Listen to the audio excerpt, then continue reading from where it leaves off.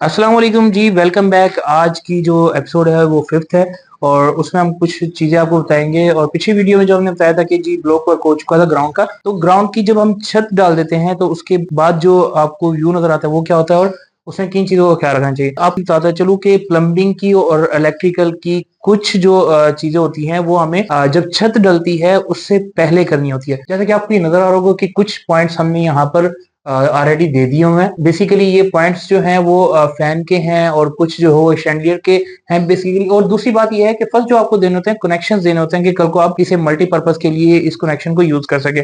इसी तरीके से आपको यहाँ पर नजर आ रहा होगा कि यहाँ सीलिंग लाइट जो है उसका प्रॉपर एक जो है वो पाइप दे दिया गया है। यहाँ पर शटरिंग कर देते हैं और कंक्रीट डालने के बाद हमारे पास ऑप्शन नहीं होता कि हम ड्रिल करके उसको वहां पर पाइप डालें। तो बेसिकली जो पाइप होते हैं वो हमें इसी टाइम में डालने पड़ते हैं।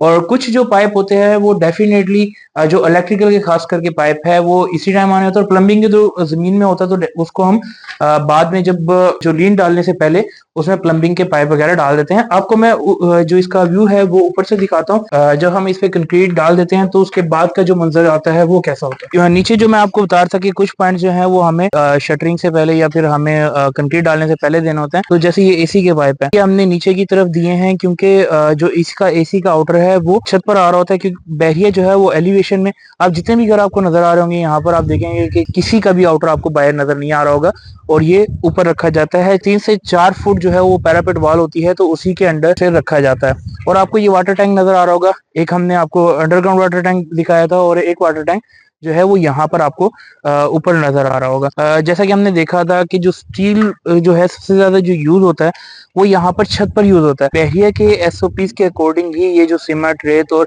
क्रश की जो रेशो है वो यूज की जाती है। इवन के स्टील जो है वो बहरिया का जो सजेस्टेड ब्रांड है और सजेस्टेड साइज है या फिर एसओपीज में जो साइज है वो हम यहाँ पर स्टील का करते हैं। हमें ग्रे स्ट्रक्चर तक आप कुछ नहीं कर सकते। ग्रे स्ट्रक्चर बहरिया का इंजीनियर आके चेक कर रहा होता है और वही आके सारा मटेरियल चेक कर रहा होता है, मेमोज पास होते हैं, फिर इंस्पेक्टर आता है। वो डिफरेंट एक पूरी की पूरी स्टोरी है। तो वो डेफिनेटली आपको अगर कुछ ऐसी इन्फॉर्मेशन चाहिए होगी तो हमारा दिए गया नंबर है। जैसा कि मैं एसओपी की बात कर रहा था रेशो की, तो रेशो बड़ी मैटर करती है। आप ये नहीं कह सकते कि कोई बिल्डर है वो रेशो कम यूज कर रहा है, सीमेंट की कम यूज कर रहा है, रेती की ज्यादा यूज कर रहा है, तो ऐसा कुछ भी नहीं होता। तो आपको यहाँ पर नजर आ रहा होगा कंक्रीट डालने के बाद ये सॉलिड एक सरफेस आ गई है और यहीं पर टाइल वर्क कर दिया जाएगा। और दूसरी एक और बात ज्यादा चलो, यहाँ पर बैक फिल नहीं हो सकता और ना ही करने की आपको जरूरत है क्योंकि आपने यहाँ पर टोटल कंक्रीट से इसकी छत बना दी। जैसे हमने देखा था कि ग्राउंड फ्लोर पे आपको बैक फिल करना पड़ा था, लेकिन यहाँ पर आपको बैक फिल नहीं करना पड़ रहा।